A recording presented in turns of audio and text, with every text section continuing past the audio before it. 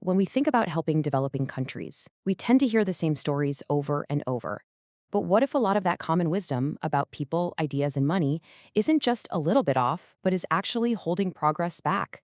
Let's dig into that. Let's start with a phrase I'm sure you've heard 1,000 times: brain drain. It paints a pretty grim picture, right? A country's best and brightest minds packing up and leaving, maybe for good. But is it possible that's only half the story? All right, first up, let's talk about people and this powerful, persistent myth of talent just draining away. I mean, the term brain drain itself is so loaded. It's designed to make you picture a nation being bled dry of its most valuable asset, especially those essential people like doctors and nurses. That's the story we see in the media all the time. Okay, but here's the first surprise. Those medical professionals, the ones we always focus on, well, it turns out they only make up about 12 to 15% of all the skilled immigrants from developing nations who come to the US. That's a much smaller slice of the pie than the story would have you believe. And here's where it gets even more interesting. For nearly 70% of these countries, the rate of all their skilled professionals leaving is actually higher than the rate for just their medical staff. So what that tells us is that our laser focus on the healthcare sector might be causing us to miss the bigger picture. And this table here really shows you the reality of the situation. Yeah, you see physicians and nurses on the list, but look what else is there. Software engineers, teachers, scientists, accountants. The flow of talent is this incredibly diverse mix, not just a single narrow stream. And this all leads to a really fascinating, kind of counterintuitive idea called brain gain. Think about it. The very possibility of getting a high-paying job abroad can actually motivate more people back home to get a degree or training. So even though some people leave, the country as a whole can end up with a bigger pool of educated citizens. It completely flips the whole drain narrative on its head. So now that we've kind of rethought the flow of people, let's switch gears and talk about ideas. Because there's another huge myth out there about what innovation really is. When you hear the word innovation, what do you picture? For most of us, it's some brilliant inventor in a lab creating the next cool gadget. But that view is super limited, and honestly, it misses the most important part of the puzzle. You see, real meaningful innovation thrives in what's called a socio-technical system. Now, that's just a fancy way of saying that a great invention is pretty much worthless if it doesn't actually work with real people, real businesses, and real cultural habits. Technology can't succeed in a vacuum. It has to fit into society. And we can break this down into two really useful ideas: fit and stretch.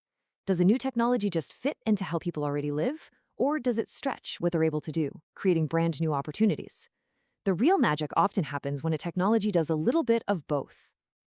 Here is a classic example of a technology that just failed to fit. Solar cookers sound like a fantastic idea, right? But they force people to cook outside during the day. For a farmer who's out in the fields all day and cooks their main meal in the evening, it's a total non-starter. The tech was clever, but it completely ignored the social reality. Now contrast that with something like solar home systems. They fit a basic, universal need for light after dark. Perfect. But they also stretch what's possible, letting people charge phones, watch TV, and connect to the wider world. That combination of fitting a need while stretching possibilities was the absolute key to their success.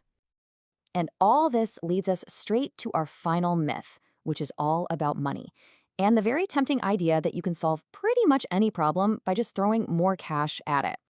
We see this one play out all the time. A government decides to boost its R&D budget, and everyone just assumes that'll automatically lead to economic growth. And it sounds logical, right? More money for science should equal more progress. But it's just not that simple. This results chain here breaks it down beautifully. You start with inputs, that's the money being spent. That spending creates outputs, like new labs and trained researchers. But for those things to matter, they have to lead to outcomes, like businesses actually using the new tech. And only then do you get the final impact you wanted, like more jobs. If that chain breaks at any point along the way, the whole thing falls apart. And here's a perfect real-world example of that chain breaking. Let's call them Country Alpha. They doubled their R&D spending. Great, but almost half of it went into basic research. Now, basic research is vital, but it can take decades to turn into a marketable product. The spending wasn't lined up with the goal of creating jobs and growth now. So the real key isn't just one big action, it's about having a smart policy mix. Think of it like a recipe. You need a balanced combination of support for basic research, for helping businesses adopt new tech, for training, all of it working together in harmony. This chart shows you exactly what an unbalanced mix looks like. If 80% of your money is going into basic research, but only 5% is helping get that tech out of the lab, well, you've created a massive bottleneck. The results chain just snaps, and all those brilliant ideas end up stranded. So, after busting these three big myths, what does a smarter path forward actually look like? Well, it's really all about connecting the dots and seeing the bigger picture. The main takeaway here is that we have got to stop thinking in silos. Brain drain isn't just about immigration, it's about education and opportunity. Innovation isn't just about gadgets, it's about society. And money is not a magic wand, it needs a smart, coherent strategy. Real, lasting development only happens when you build a system that connects talented people, great ideas, and intelligent policy.